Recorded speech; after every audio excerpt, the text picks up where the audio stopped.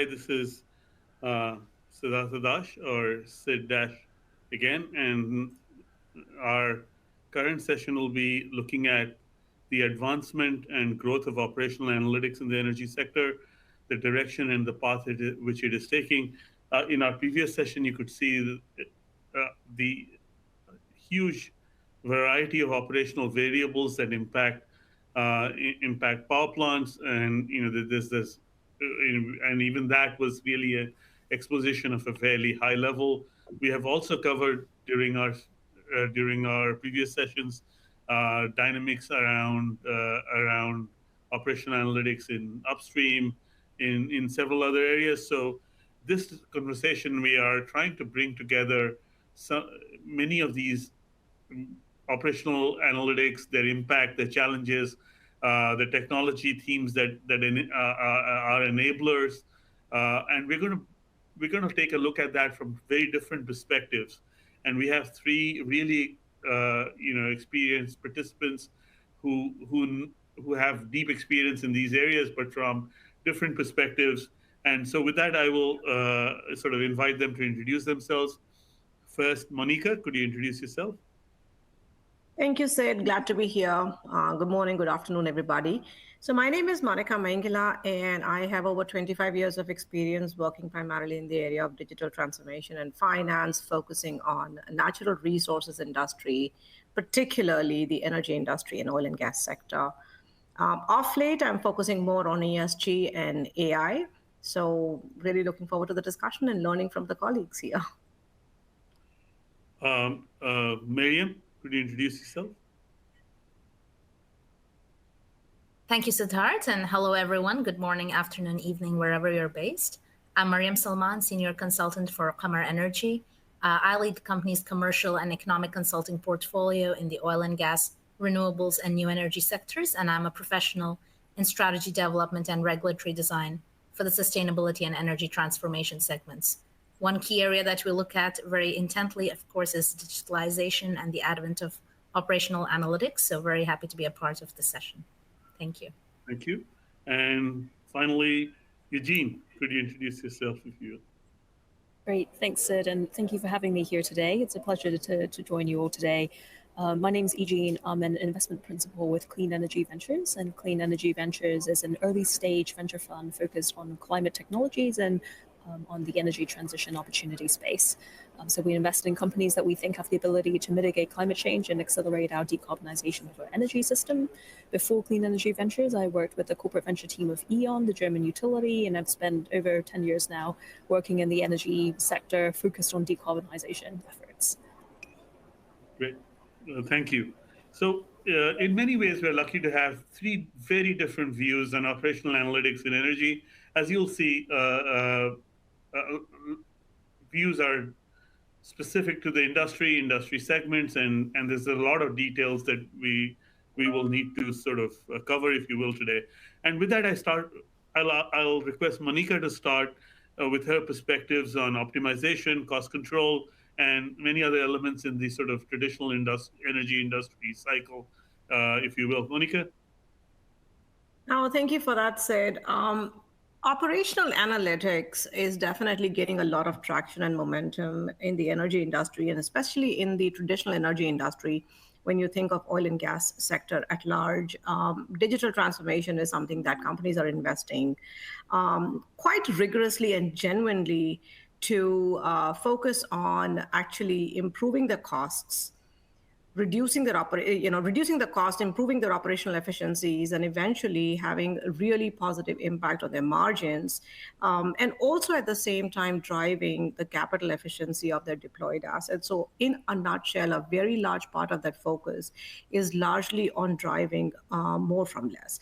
And a lot of it is driven by the fact that the environment that these companies are operating in, whether it's because of the macroeconomic environment, whether it's because of the geopolitical risks, whether it's because of the evolving continuously and expected to go up strenuous regulatory environment, there is a tremendous amount of focus to make sure that companies are driving in the most optimal way possible to deliver to their stakeholders.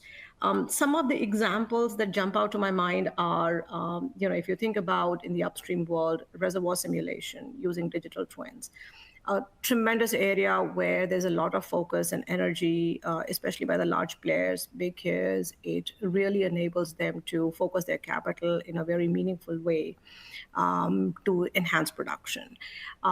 Production optimization, fuel optimization, certain areas, there's a tremendous amount of analytical focus to make sure that people are getting more from what is already in operations, what is already working. Another area that has gained a lot of traction in the past couple of years is the area of predictive maintenance. So whether it's pipelines you're looking at, whether it's wells you're looking at, whether it's platforms you're looking at, you want to make sure that you have predictive maintenance so that not only is your downtime, unplanned downtime is being reduced, but at the same time, you are increasing your asset life cycle or your asset life in totality. So these are some of the areas that we are seeing a significant amount of traction in the oil and gas industry to boost the margins and make sure that companies are delivering the returns that the market and the stakeholders are expecting. Another big area is in the area of actually safety. So training, as an example, augmented reality is being utilized quite extensively in a number of companies to make sure that they are able to train their workforce rather than taking them, let's say, for an offshore platform. And because of that, there is a lot of operational work being done, in their so-called control centers or nerve centers that many of these companies have set up, so that they can use that streaming information, that live information that they get through their various sensors, IoTs, et cetera, that they have put in place to extract the information, to get the data, to deliver the value to their bottom line. So I think there is a wide area of, I would say, use cases where there is real live investments happening. Companies are investing to drive more and more analytics and better decision making from their information, from the data that they have. Now, one thing I will say though is, and this is really important, analytics work or simulation or any kind of modeling that you're doing is actually heavily contingent upon making sure that you have the right information or the right data with you. So it is something critical to keep in mind, that looking at end user applications is fantastic, but how do you actually have a data foundation which has the right metadata structure, which has the right security in place, right accesses in place, is critically important for the success of your operational analytics tool. So I'll pause there. Sid? So I think you brought out the key dimensions in cost control, in some of the improving the operations, etc. But do you also see intersection between focus on ESG and some of the analytics that are being brought in from an operational perspective? Actually, yes, and thank you very much for bringing it up. ESG, so when we think about like the evolving regulatory requirements coming in play with Scope 1, Scope 2, Scope 3 emissions, or OECD Pillar 1 requirements or Pillar 2 requirements, there is a significant drive within these companies to make sure that they're understanding not only where their emissions are coming from, but also using that as an opportunity to minimize their emissions and thereby enhancing their production efficiency. So you're absolutely right that ESG is a big scope area where there is a lot of focus to use analytical tools, use visualization tools to understand the operations at large and make sure that not only are they reporting the ESG on ESG requirements correctly, but at the same time, they're also using it as an opportunity to improve their own operations by minimizing the emissions. And this is across the entire vertically integrated supply chain, I would say. This is not in just one particular area or focus, but across the vertically integrated supply chain that we are starting to see this impact come through. Thank you. With that, we swivel to Maryam. Could you talk a little bit about, we discuss these ideas of things like, some of the areas around storage, carbon capture, and the whole energy transition, if you will, where some of these tools, techniques, and data elements you think are significantly relevant and the key challenges thereof. Thanks, Sidharth. And Monika, thank you for that excellent foray into the topic. You raised some interesting points, and they feed very well into the points I'm going to make now. My experience with operational analytics in the sector revolves very much around alternate energies or the next generation technologies that, like you say, carbon capture and hydrogen, or even things that are increasingly gaining prominence now, like synthetic fuels, e-fuels, power to liquids. One area that stands out in terms of prime importance or as a trend to watch out for in 2024 is what we believe is quantum computing and subsurface prediction.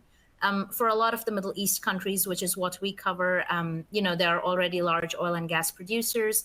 They have excellent experience in subsurface monitoring, especially for upstream operations.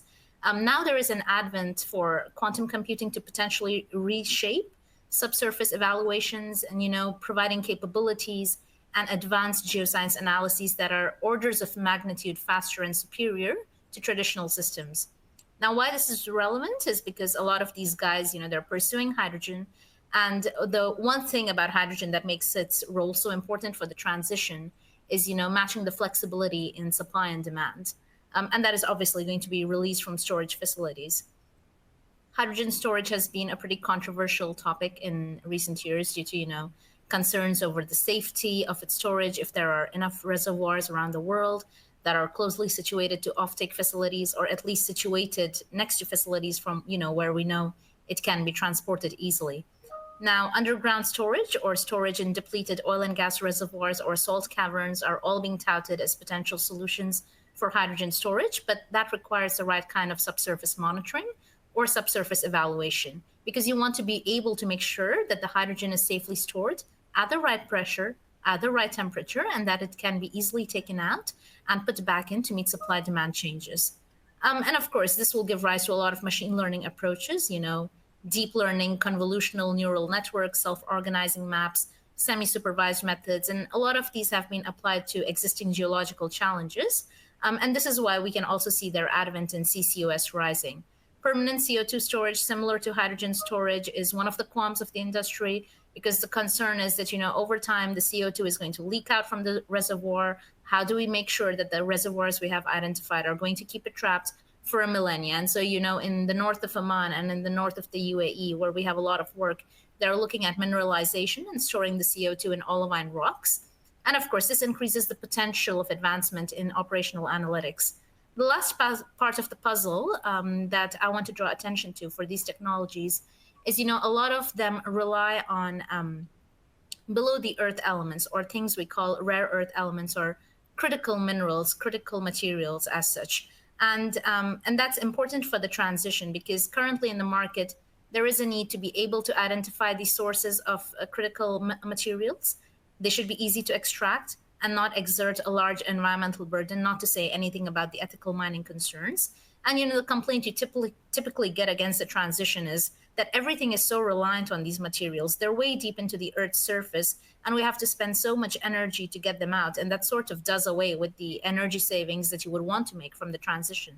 So what are the advancements we can do in operational analytics that allow us to identify these minerals in geographies where they're easier to mine, where the energy intensity is lower, the CO2 intensity is lower, so that if we do end up mining it, we do not lose out on the savings that we could have had using it as a transition solution. And so operational analytics in 2024, I see they're going to play an important role there. Quantum computing and subsurface prediction will be able to better determine the relationships of numerous minerals that are often contained in a single ore, discover nonlinearities that are not typically there in research or databases, improve efficiency and improve accuracy over time. Thank you. I think that brings out a lot of challenges around the computational elements, the supercomputing, and materials that can be addressed, if you will. So with that, we take a final and really important viewpoint around somewhat the investor's perspective, with Eugene bringing in the investor's view of, what are future-oriented investors looking at? What kind of startups are providing the enabling technologies for efficient, flexible, and future-oriented grids specifically, but in other areas as well? Eugene, over to you in that. Great, and thank you, Sid, and thank you both, Monika and Maryam, for the introductions and overviews. They've been very helpful, and I think a great framework for some of the topics that I'd like to discuss. I'm joining you actually from a conference called Distributech based in Orlando, and you might see people walking around in the background. That's where I am, and it's topical for this because it's really focused on distribution and transmission opportunities, innovations, and the last few days have just been packed with many ideas within the space. So just actually drawing on some of the conversations I've had in the past 2 days, some of the examples of opportunity spaces for improving operational efficiency in the utility sector are around how do we better utilize the infrastructure we have. We all know that our current grid, depending on whether you're in Europe or US, the grid may have been built 50 to 100 years ago, and increasingly as we add additional load and additional generation capacity to the grid, it's increasingly constrained. And in the US especially, there are very long interconnection queues, sometimes of 5 years, for people to add additional generation on. So part of the question is how can we better utilize the existing grid? There are technologies such as dynamic line ratings. One of our portfolio companies is a company called Line Vision that is enabling utilities to increase the capacity of the existing transmission systems so they can better increase the capacity for new generation and new loads to be added to the system. So technologies like dynamic line ratings, advanced conductors are absolutely critical and key. They are being used by some utilities already, but you can imagine that utility adoption is often very slow for some of these novel technologies. AI, I think, is the buzzword. Well, it's been a buzzword for about 10 years now, if not even more than that. But certainly in the past 12 months has really exploded across everyone's consciousness with all of the discussions around LLMs and so on. But it really has been a really central part of a lot of the discussions with the utilities and energy companies at this conference. There are companies that are looking to effectively transition away from manually operated power plants or power grid networks and enable AIs to initially support the grid operations. But you can imagine in the future that they could run grid operations much better than any human could on a real-time basis. And the other piece that I think has really been top of mind recently is around data availability. I think we've all been talking about smart meters and increased data availability to feed some of these AI capabilities or big data opportunities. But data availability is still a challenge within the utility systems. We absolutely need further upgrades to our metering infrastructure. But maybe just to highlight a case study that I heard from an Australian utility that has been transitioning from 30-minute power settlements to 5-minute power settlements, and the required upgrade in terms of metering data availability, data infrastructure, data accuracy, and some of those data anomalies that I think, Monika, you mentioned as well, has been absolutely some challenges that haven't been fully solved and still need a lot of attention to look at.